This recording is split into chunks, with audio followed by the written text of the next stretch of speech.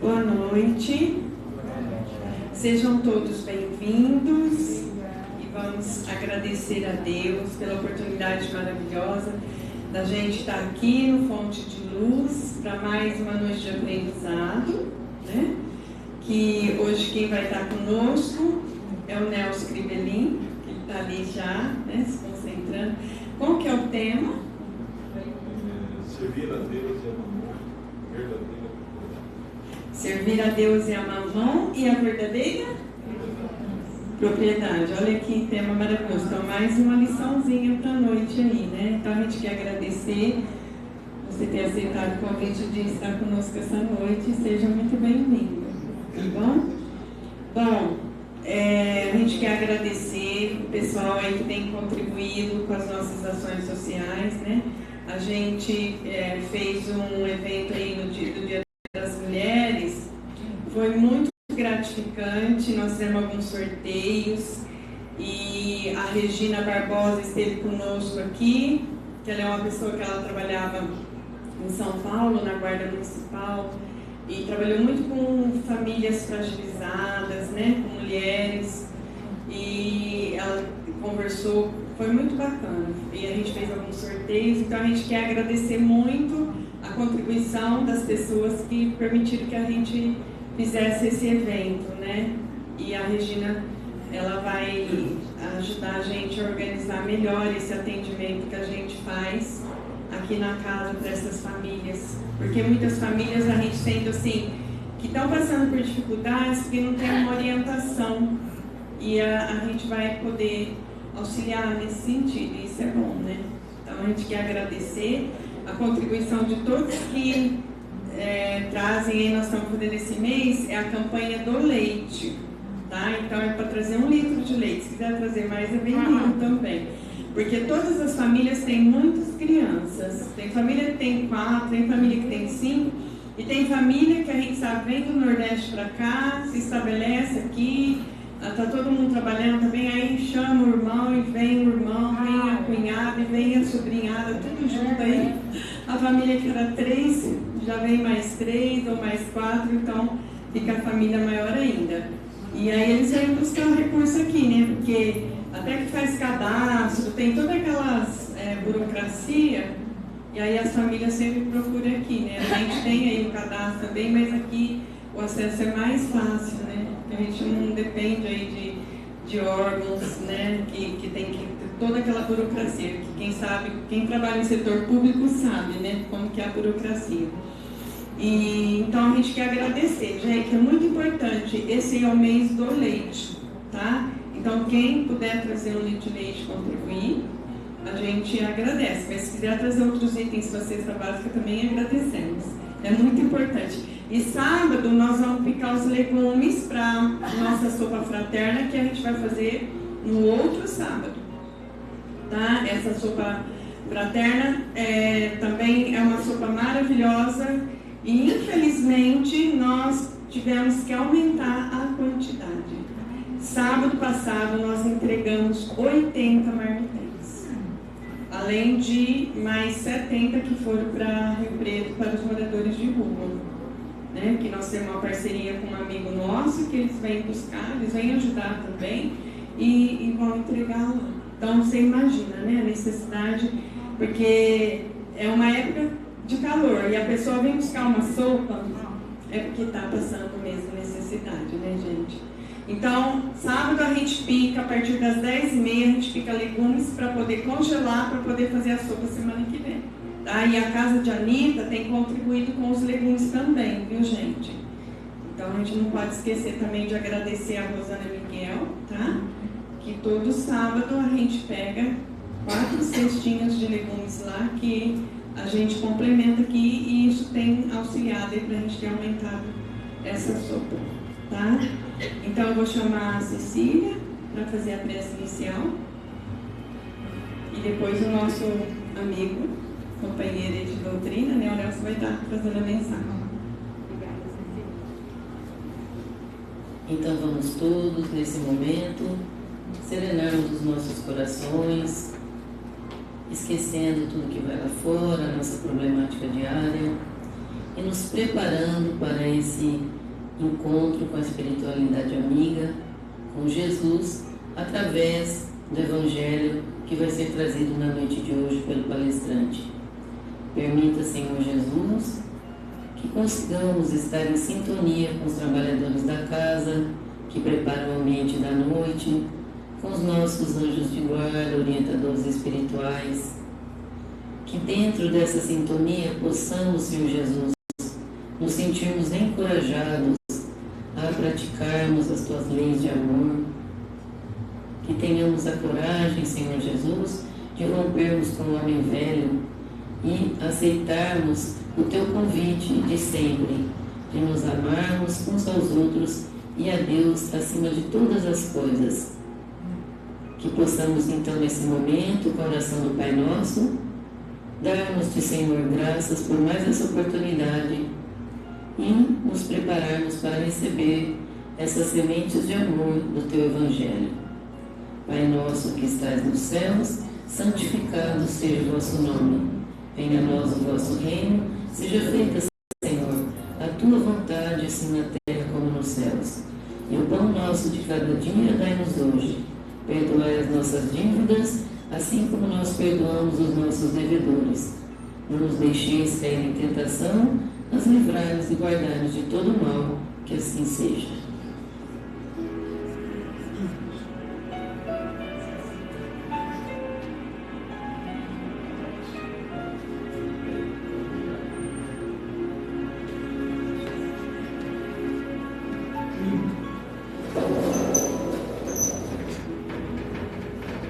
Queridos amigos, boa noite. Que as bênçãos de Jesus, o nosso Mestre, amigo, sempre presente em nossas vidas, nos envolva, nos abençoe e nos inspire agora e em todos os instantes das nossas existências.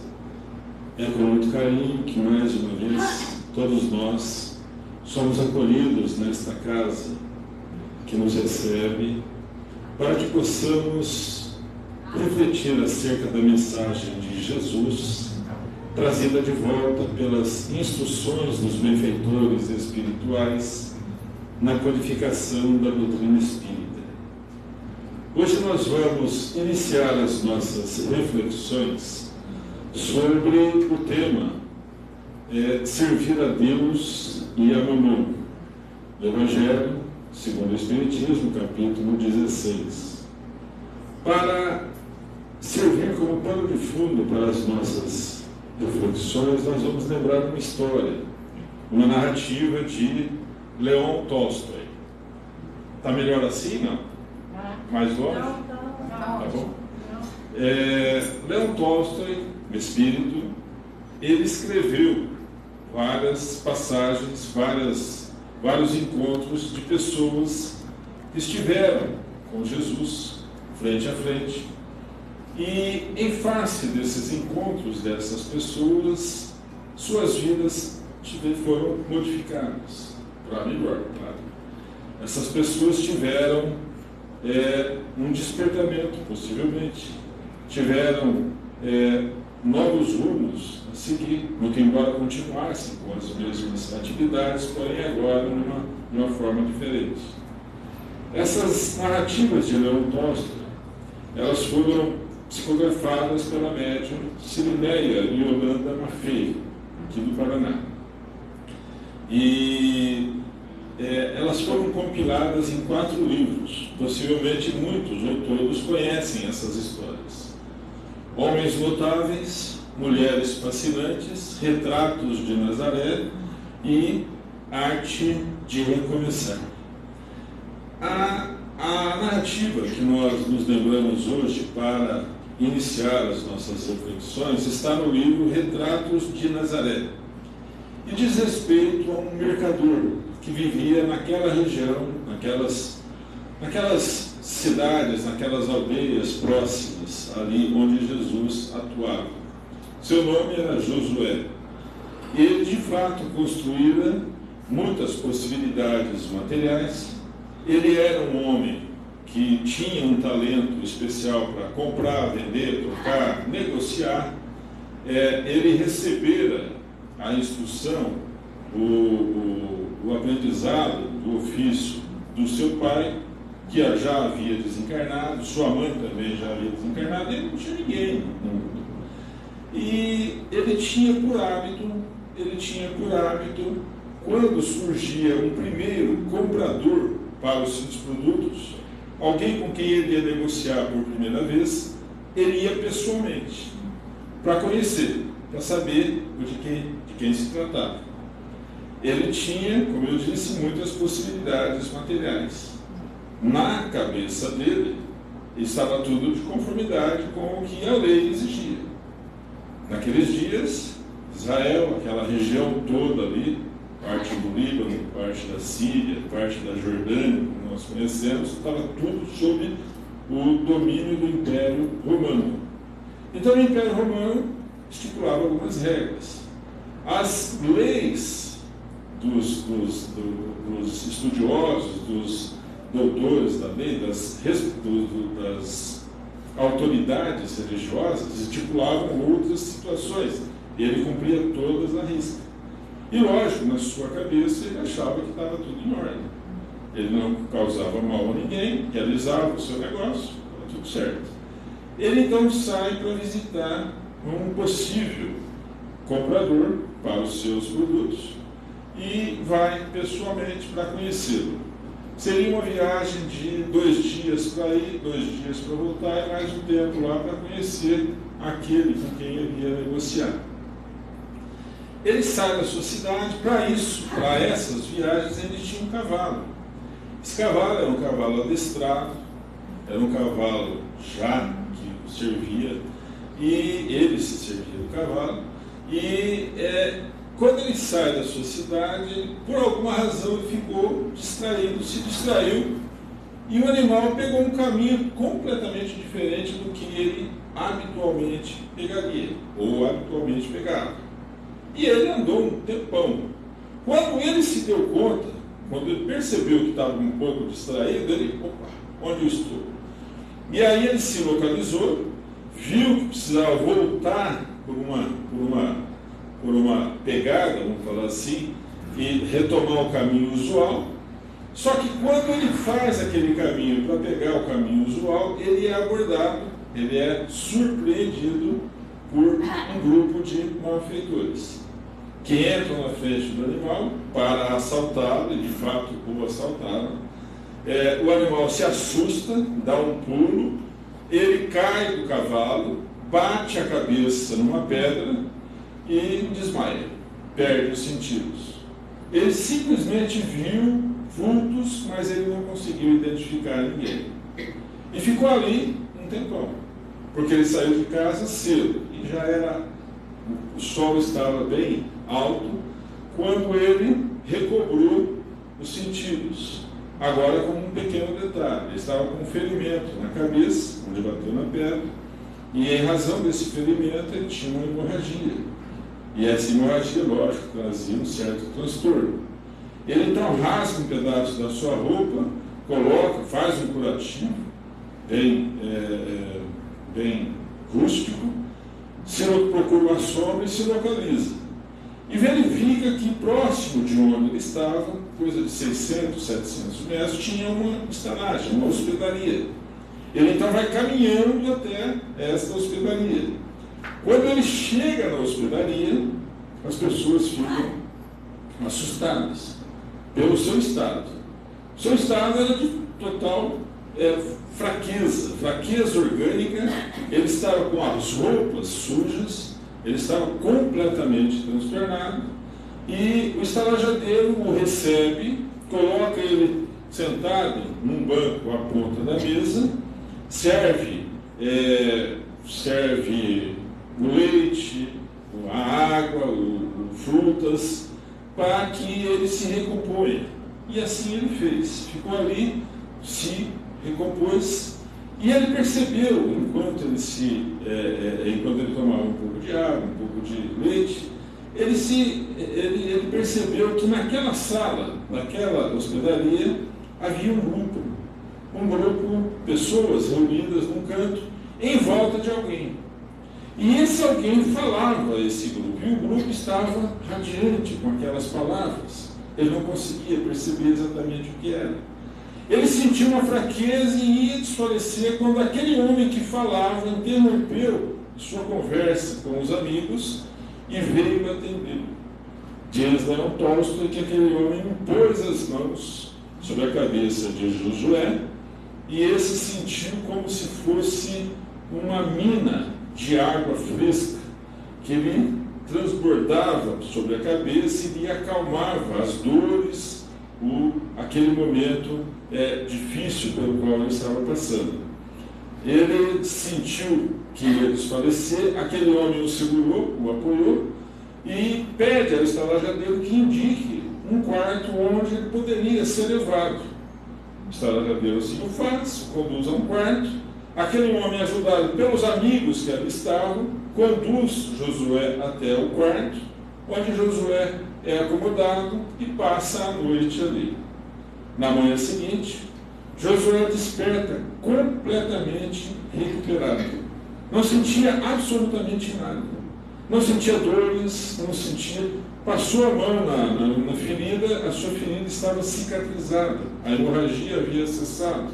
Ele estava completamente recuperado e, lógico, ele percebeu que a sua melhora, a sua recuperação, ele devia àquele homem que ele não conhecia. Então levanta e vai até o estalajadeiro. E o estalajadeiro fica surpreso, porque afinal de contas o seu estado era deplorável na tarde anterior. E aí chega ali completamente recuperado. E ele pergunta quem é aquele homem que o atendeu. E o estalajadeiro diz: eu não o conheço. Sei apenas que o seu nome é Jesus. Sei que eles andam por aqui, Jesus, acompanhado de alguns amigos. E esses amigos andam para lá e para cá, falam sobre algumas coisas novas que realmente fazem muito sentido, trazem ânimo, trazem uma atenção a todas as gentes. São pessoas muito simples e eles não têm condições para pagar uma hospedagem e alimentar-se. Então, ontem à tarde, quando eles aqui chegaram, eles optaram pela alimentação. O leite, o mel, as frutas, a água. E como a noite faz muito frio, eu franqueei para que eles pudessem passar a noite num barracão que nós temos lá no fundo. Mas eles saíram logo cedo e eu não sei para onde foram.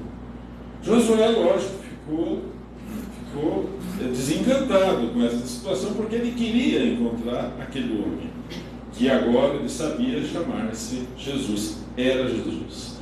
E aí então, eles perceberam que ele não tinha como continuar a sua viagem de negócios. E aí ele lembrou, viu que os malfeitores não levaram um anel. Levaram tudo, levaram a sua bolsa, levaram tudo que ele tinha, levaram o cavalo, mas não levaram um anel. Então ele tira o anel e fala: olha, eu não tenho como voltar para a minha cidade. Eu te deixo o anel, você me arruma uma montaria, e quando eu chegar lá na minha cidade, eu peço para que alguém, um preposto meu, te traga o animal, a montaria, e resgate o anel, ou, se você preferir, você fica com o anel, eu fico com a montaria. Se entenderam ali, ele volta para a sua cidade. Quando ele volta para a sua cidade, ele começa a perguntar às pessoas se conheciam alguém chamado Jesus. E ninguém conhecia. Ninguém tinha ouvido falar de Jesus. Ele perguntava aos médicos.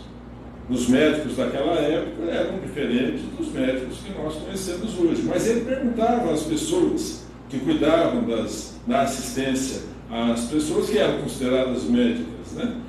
Se essas pessoas não conheciam Jesus. Ninguém ouviu falar de Jesus. Ele então continuou perguntando, mas o tempo foi passando, as semanas foram passando. E daí alguns meses ele apenas estava caminhando pela via pública quando ele viu uma multidão se aglomerar na via pública. A sua atenção foi chamada para isso. E ele foi, se aproximou e viu que alguém estava em volta, aquela multidão estava em volta de alguém que falava.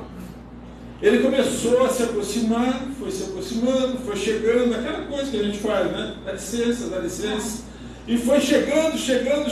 Quando ele se deu conta, ele estava frente a frente com Jesus. E Jesus recitava um ensinamento e um convite a todos nós, aquelas pessoas que estavam lá, e é um convite atual até os dias de hoje.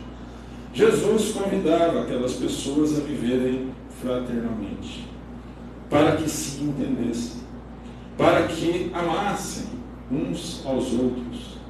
Jesus se referia a Deus como um Pai, e por consequência, todos somos criaturas desse Pai, filhos desse Pai, e por consequência somos todos irmãos. Era mais ou menos isso que Jesus falava. Jesus recomendava que vivêssemos de forma amorável, que amássemos uns aos outros. Ele parava de falar em determinados momentos e ia atender alguém necessitado, alguém enfermo que lhe era apresentado. Muitos foram curados, nem todos foram curados, mas todos os que foram curados e os que não foram curados saíram de lá reanimados, renovados por aquelas palavras consoladoras, por aquelas palavras animadoras. As pessoas começaram a se dispersar, começaram a sair, e quando ele e Jesus e os seus discípulos também se deu conta, ele estava na via pública. A narrativa conta que nos dias seguintes ele procura Jesus e conversa com o mestre. E ele praticamente reformula toda a forma como ele tratava os servos, embora ele não usasse de maldade para com ninguém, mas ele passou a tratar os servos, os escravos, as crianças, filhos dos servos, dos escravos, como irmãos que somos. Ele passou a trabalhar com os resultados da sua atividade profissional, da sua atividade que era o comércio. E esses resultados passaram a atingir ou abençoar com as melhoras das condições a muitas pessoas. Enfim, ele teve a sua vida modificada. Mas não é isso que nós vamos falar na noite de hoje. O que nos chama a atenção foi o que ele lembrou daquele momento memorável em que ele ouviu Jesus falar à multidão na via pública. Uma frase não lhe saía da cabeça. Diz mais ou menos o seguinte: não guardeis os vossos tesouros onde as traças e as ferrugens possam corroí-los e os ladrões roubá-los. Onde estiverem os vossos tesouros, aí também estará o vosso coração. Josué guardou essas palavras e isso certamente o acompanhou durante o restante da sua existência. E é sobre isso que nós vamos falar na noite de hoje. Quando nós nos lembramos desse ensinamento de Jesus, não guardeis os vossos tesouros onde as traças possam corroê-los e os ladrões roubá-los. Onde estiverem os vossos tesouros, aí também estará o nosso coração. Nós nos lembramos do ensinamento de Jesus trazido de volta pelas observações, pelos comentários, pelo estudo de Allan Kardec. Allan Kardec, o codificador da doutrina espírita, no Evangelho segundo o Espiritismo, no capítulo 16, quando ele aborda o ensinamento do Mestre, não se pode servir a Deus e a Mamon, lembrando o Evangelho de Lucas, capítulo 16, versículo 13, traz o ensinamento de Jesus. Ninguém pode servir a dois senhores, porque há de aborrecer a um e amar o outro, ou há de entregar-se a um e fazer pouco caso do outro. Ninguém pode servir a Deus e às riquezas. Quando Jesus disse isso, os discípulos, alguns discípulos fizeram uma baita de uma confusão. Até os dias de hoje se faz uma confusão no tocante a este ensinamento. Não se pode servir a Deus e às riquezas. Esse foi o ensinamento de Jesus. Quando os discípulos ouviram falar isso, eles praticamente demonizaram, passaram a demonizar as pessoas que tinham possibilidades materiais. É verdade que as pessoas que buscavam encontrar, ouvir Jesus, eram, na sua grande maioria, pessoas simples. Pessoas que sofriam, passavam por aflições, passavam por enfermidades. Então, a presença e a assistência de Jesus era algo extraordinário. Algo que nem se imaginava. A gente não, distante no tempo, nós não temos ideia do que isso representava para aquelas pessoas simples. Mas existem algumas pessoas, ou existiam algumas pessoas, que tinham possibilidades materiais e ficaram maravilhadas com aqueles ensinamentos de Jesus. E foram buscar Jesus para, de alguma forma, colaborarem materialmente com aquele movimento nascente para a instalação do reino de Deus entre os homens, ou o reino de Deus entre nós. Pedro, o discípulo querido, que era muito calmo, tranquilo, sereno, não é isso? Pedro, quando ouvia essas pessoas, e ele conhecia as pessoas, ele começava a jogar como é que a gente fala? Joga na cara, né? Ele começava a falar na cara aquilo que aquele que era o possível colaborador já tinha feito de errado. E aí, Humberto de Campos conta que as pessoas ficavam constrangidas. Porque, afinal de contas, esse não era o objetivo. Não iam lá para terem as suas vidas esmiuçadas. Vinham lá para oferecer de alguma forma, para ajudar naquele movimento nascente, naquela situação que haveria de se estabelecer. Tiago, a mesma coisa. E as pessoas eram quase que destratadas, as pessoas com possibilidades materiais.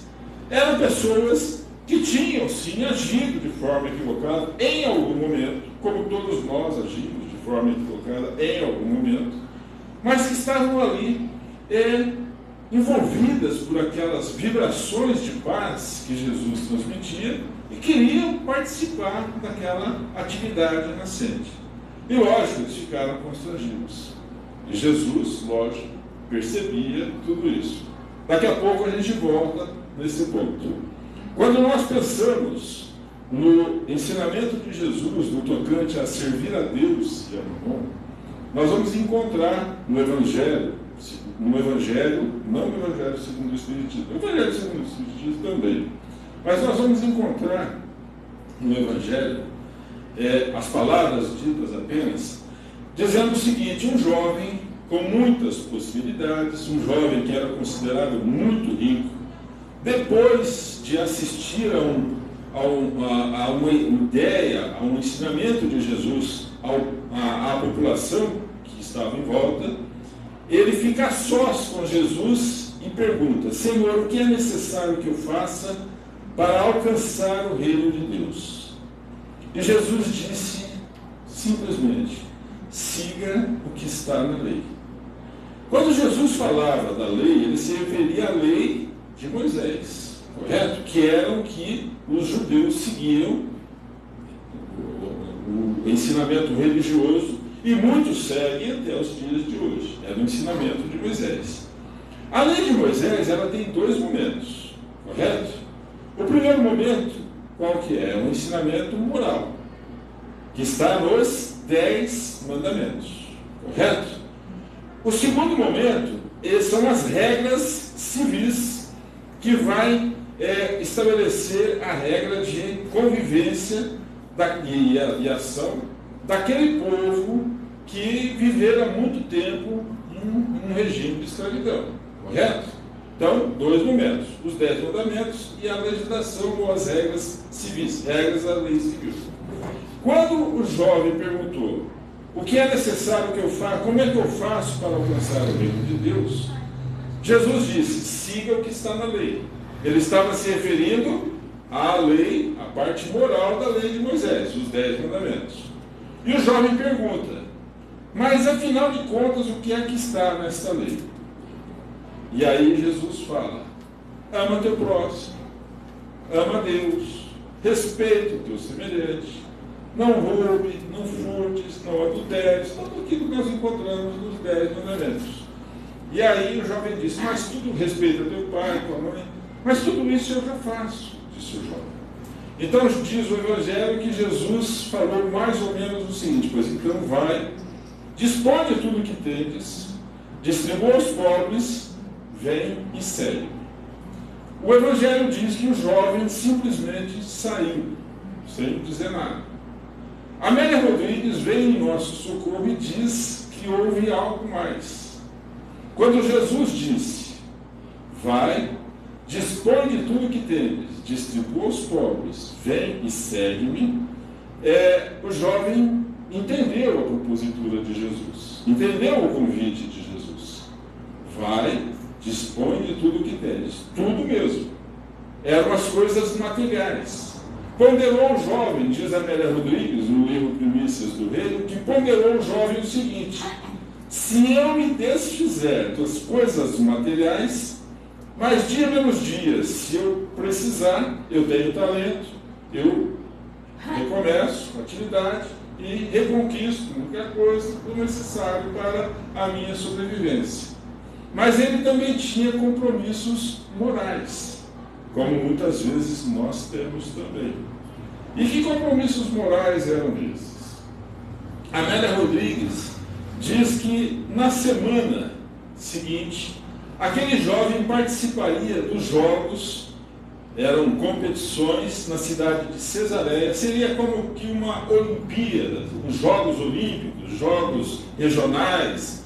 Quando eu era criança tinha os Jogos da Primavera, estou vendo aqui que tem muitos aqui que eram da minha época, Jogos da Primavera, não era isso? Eram jogos onde aquele jovem ia representar Israel nesses jogos, na corrida de bigas.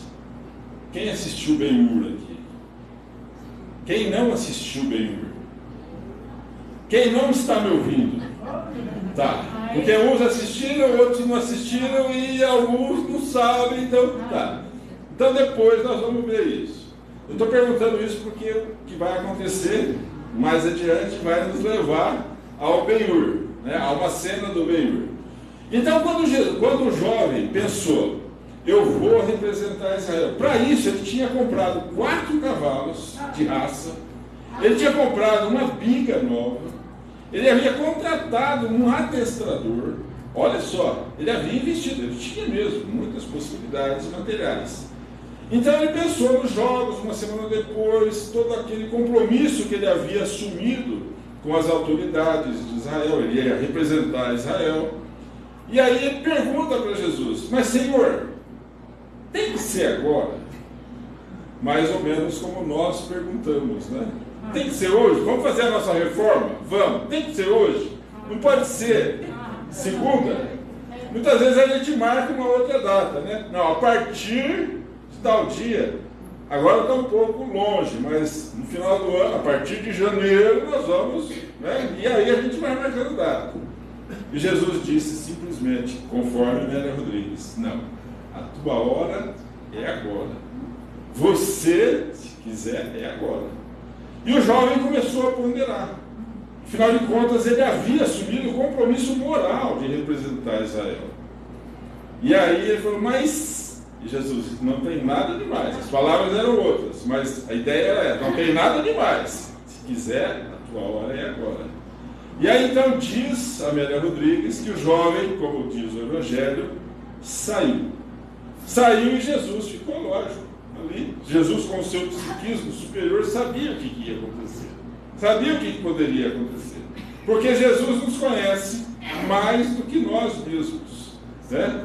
Só para complementar, Amélia Rodrigues diz que uma semana depois, na cidade de Cesareia, quando o jovem participava daquela competição, da corrida de bigas, aconteceu com o jovem a mesma coisa que aconteceu com o amigo do Ben-Hur. Por isso que eu perguntei se o pessoal assistiu Ben-Hur.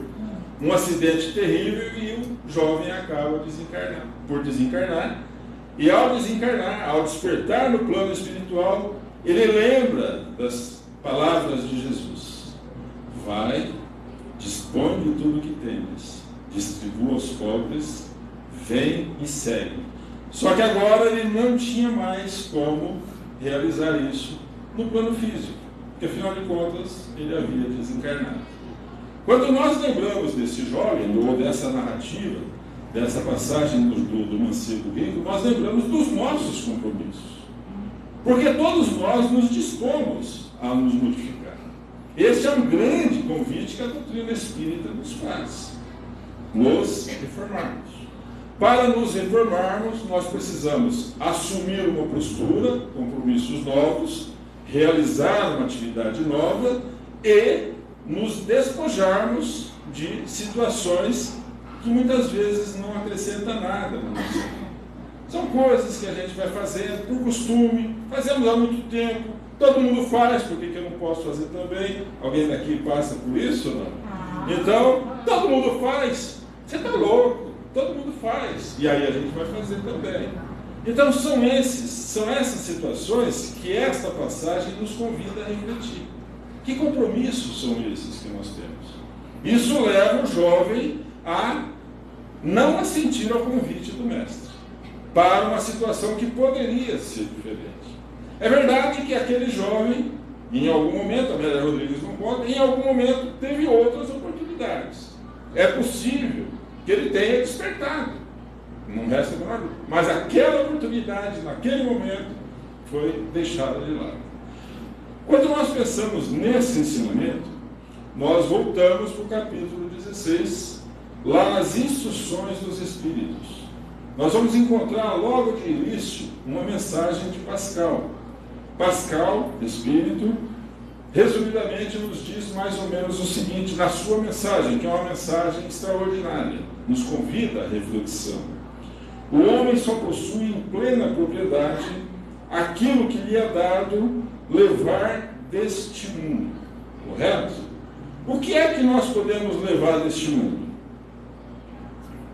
As coisas palpáveis? As coisas palpáveis? Não. As coisas palpáveis, os bens materiais, os objetos, as conquistas materiais, são empréstimos da lei divina, empréstimos de Deus, para que nós trabalhemos os nossos talentos. Correto? A gente não leva isso. O que é que nós levamos, onde quer que estejamos?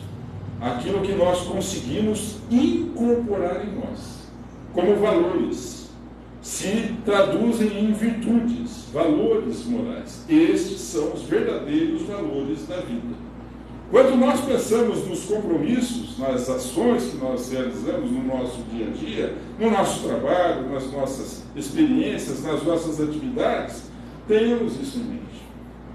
Todas as nossas conquistas materiais, e são resultados do nosso trabalho, do nosso esforço, importante neste momento, porque essas atividades materiais também vão ajudar o meio onde nós somos acolhidos a se desenvolver.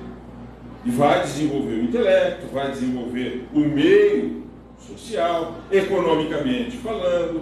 Então, tudo isso é muito importante. Mas isso é empréstimo da lei divina. São valores que permanecem aqui. São situações, são bens que permanecem aqui. Quando nós pensamos nos verdadeiros valores, pensamos naqueles valores que nós podemos levar onde quer que estejamos.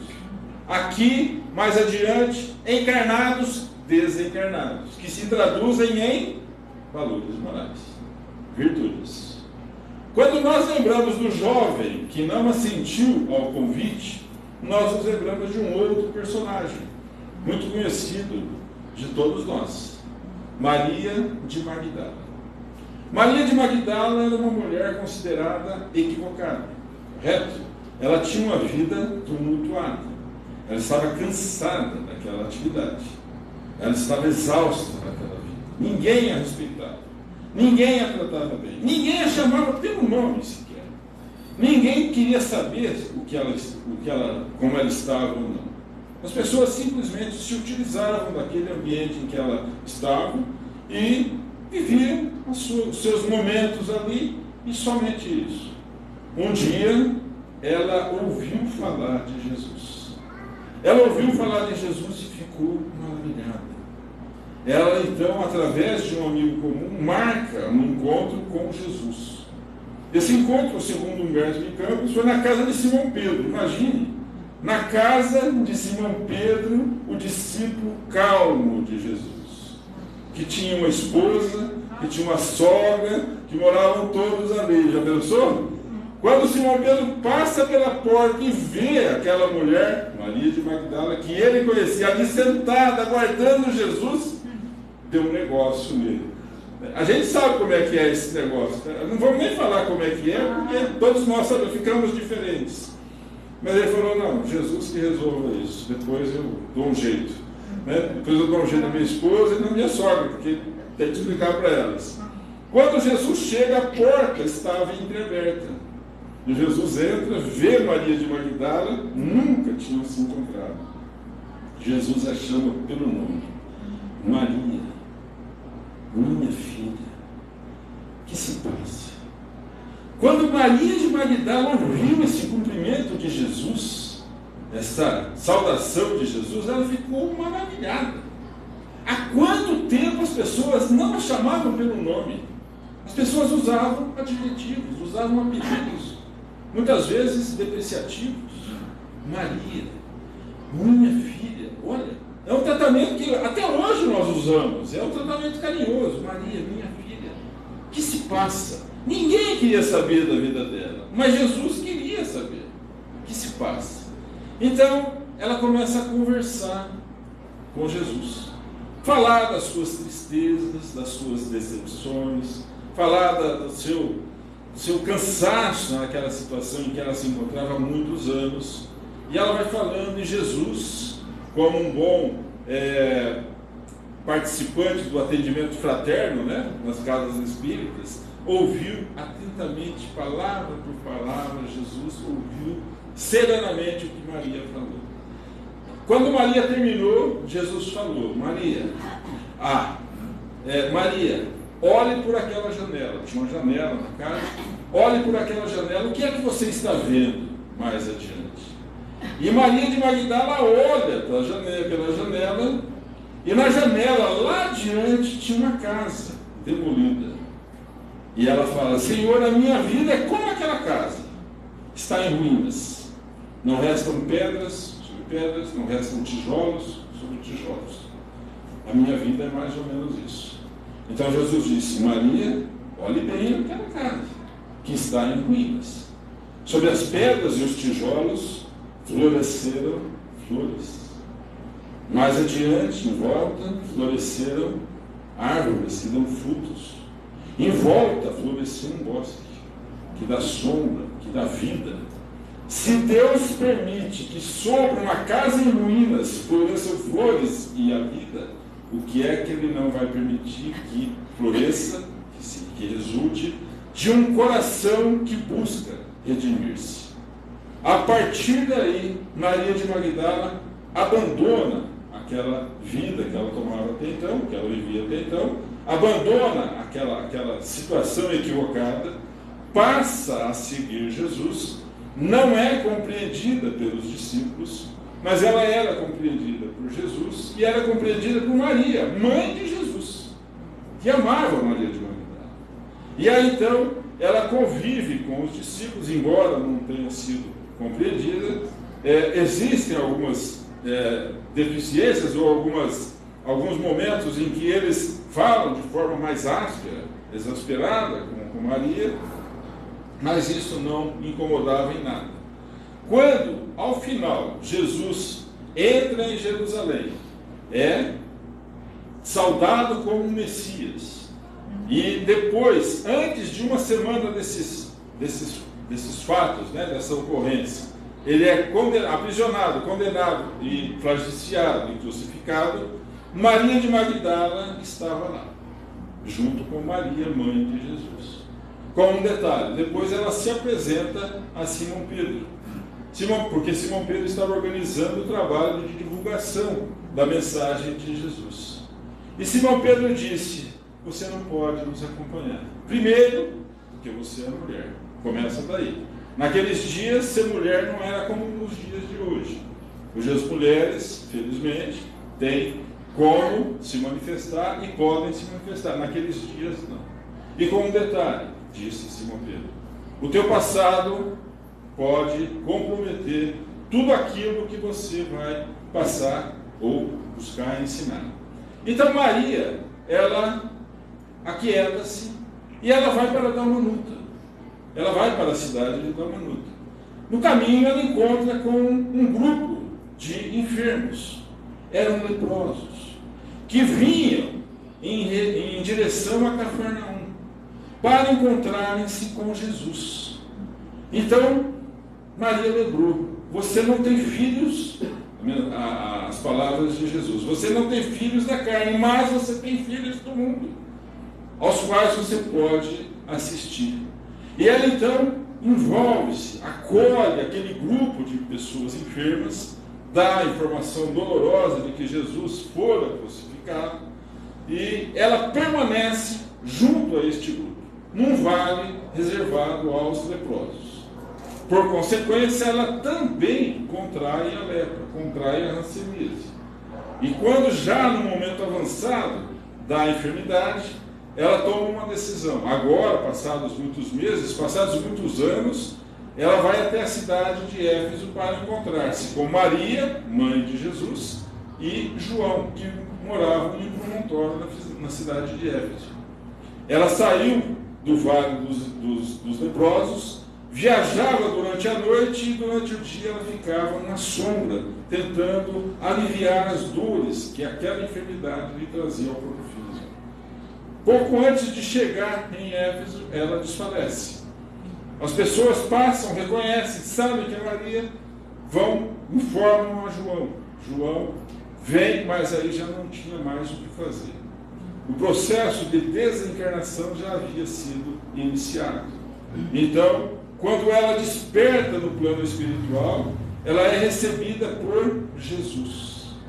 Maria, amaste muito enquanto esteve na terra. Passaste pela porta estreita. Venha, continuarás trabalhando no meu reino. E é isso que nós vamos encontrar nas histórias, nas narrativas sobre Maria de Magdala. Aquela mulher que transformou-se por assentir, por aceitar o convite que lhe fora formulado por Jesus.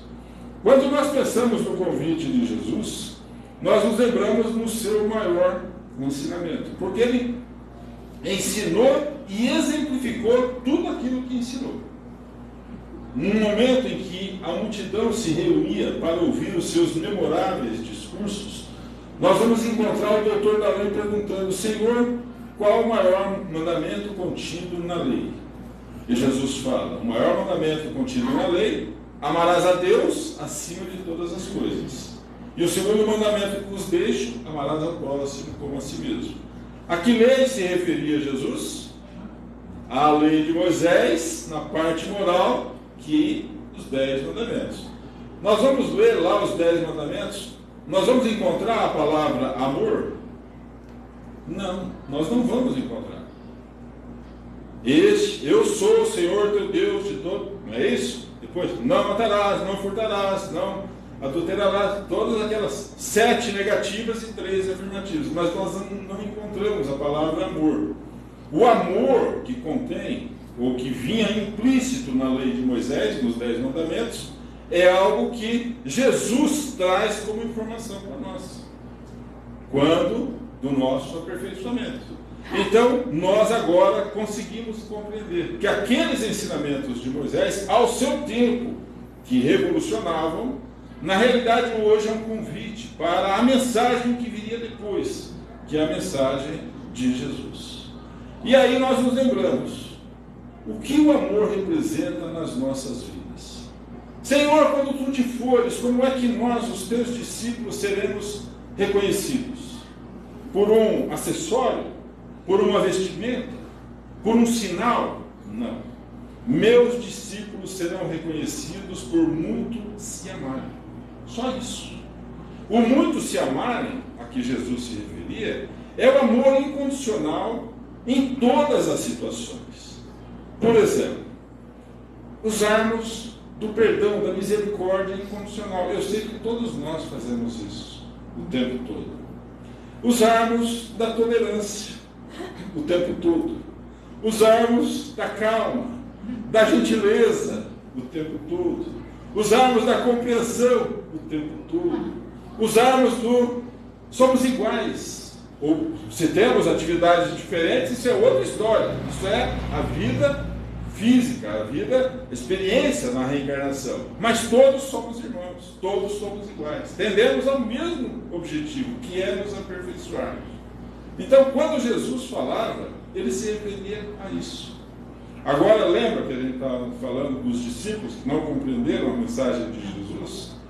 Vamos pegar o exemplo dos discípulos de novo. Quando Jesus disse, não se pode servir a Deus e as riquezas, e principalmente Simão Pedro e Tiago passaram a praticamente destratar as pessoas que tinham possibilidade, que vinham procurar para ajudar aquele movimento nascente de Jesus, Jesus percebeu isso, lógico. E algumas pessoas até comentavam, eles são duros demais, eles são muito rigorosos, né? Então Jesus teve uma ideia. Quando a gente fala Jesus teve uma ideia, Jesus sempre tem um seu psiquismo superior. Nós é que agora descobrimos que Jesus tinha essa ideia, né?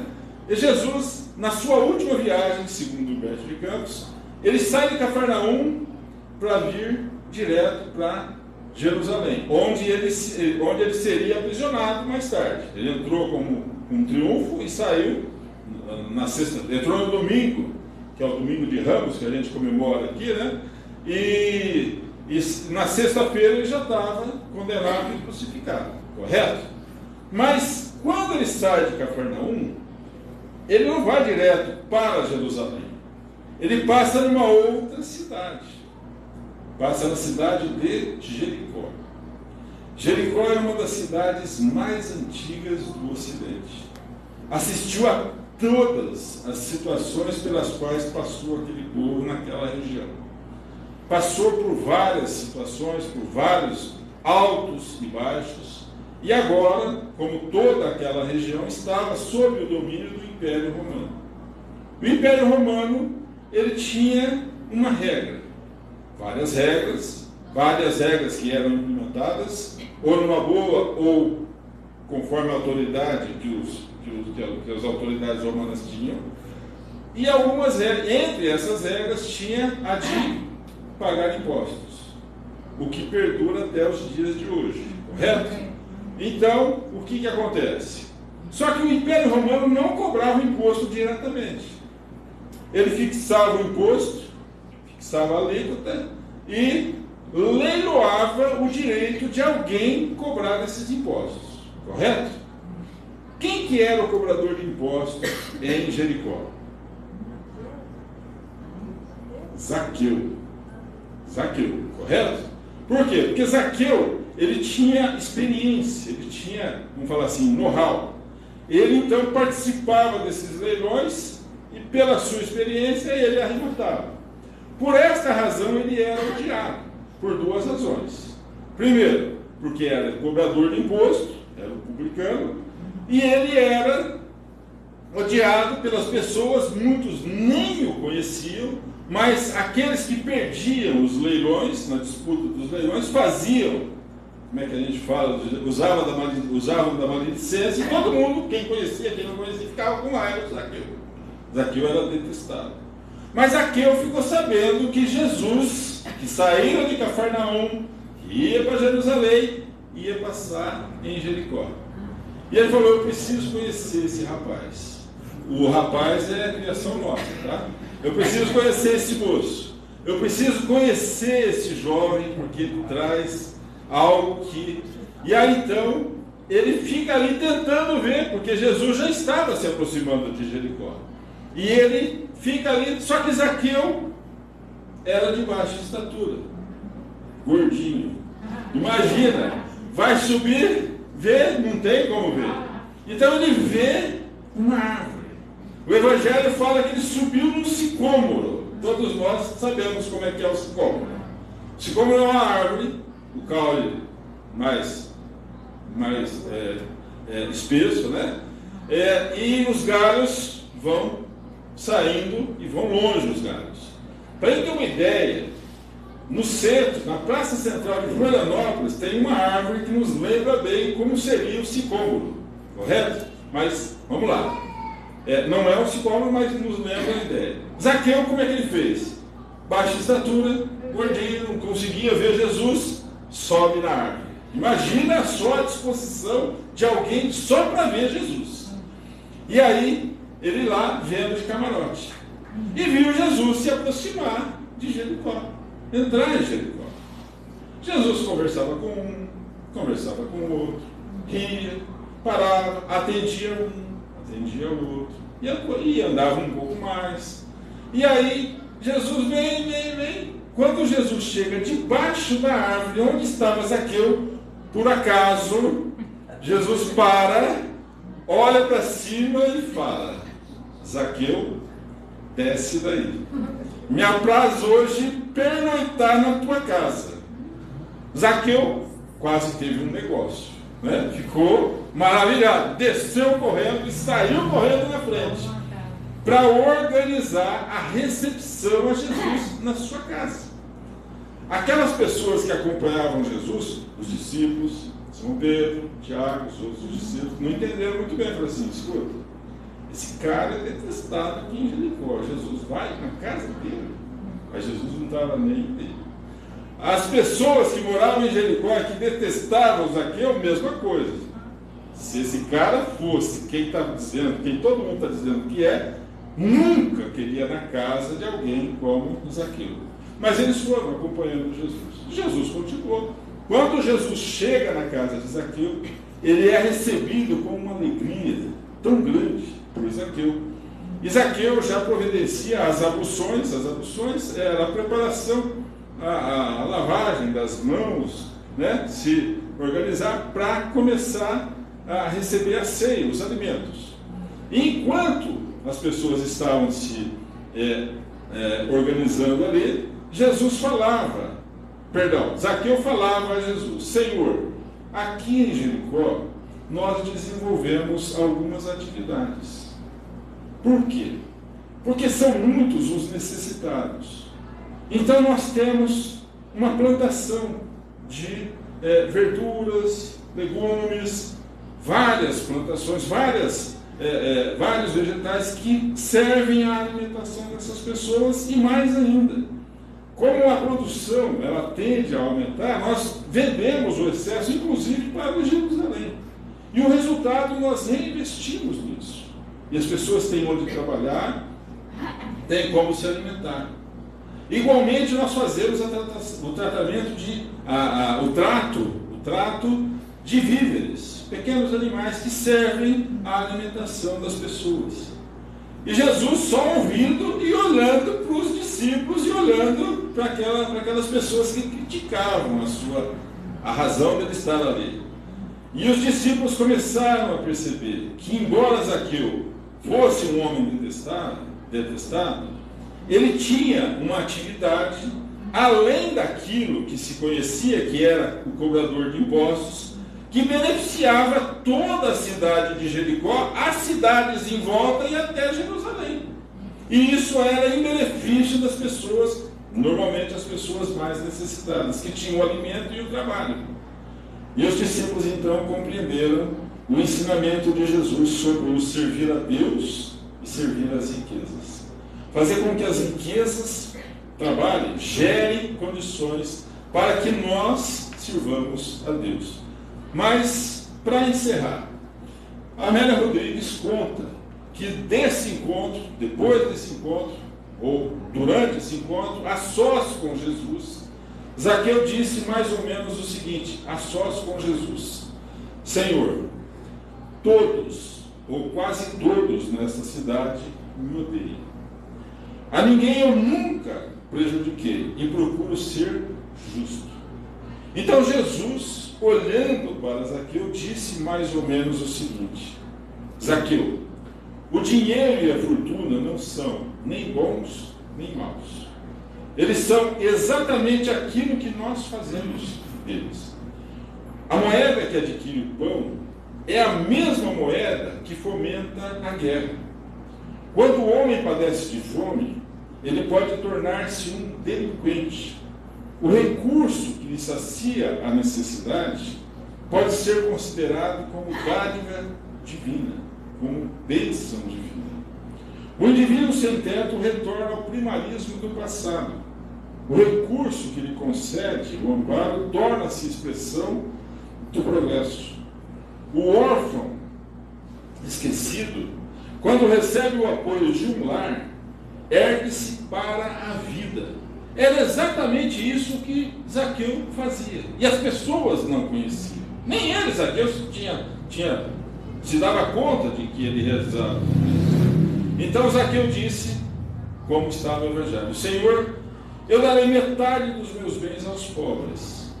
E se alguém algum dia foi prejudicado de alguma forma pelas minhas ações, que se apresente e eu pagarei quadruplicadas vezes.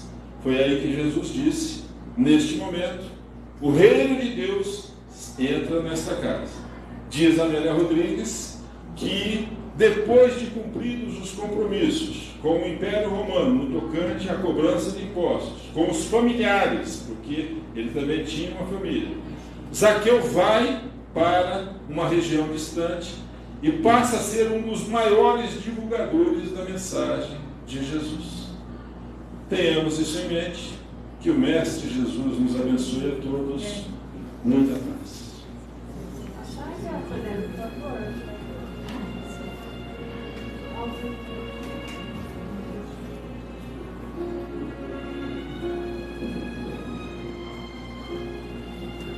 Querido Mestre Jesus, amigo sempre presente em nossas vidas, nós te agradecemos, Senhor, por nos permitir aqui nos reunirmos mais uma vez, em Teu nome, em nome de Deus, nosso Pai, em nome dos queridos mentores espirituais que dirigem as atividades desta casa, em nome de Maria, Tua Mãe, de todos os nossos irmãos que nos acompanham no nosso cotidiano. Te agradecemos, Senhor, pela vida, por todas as concessões e por tudo que nos permite em todo instante. Te agradecemos pelos nossos lares, nossos familiares, o trabalho, o aprendizado de todo instante, por todas as situações pelas quais nós atravessamos no nosso cotidiano. Ao te agradecer, Mestre, nós lhe rogamos em favor dos nossos irmãos que conosco caminham, encarnados e desencarnados. Envolva-os, Senhor, na Tua paz, no Teu amor, no Teu caminho.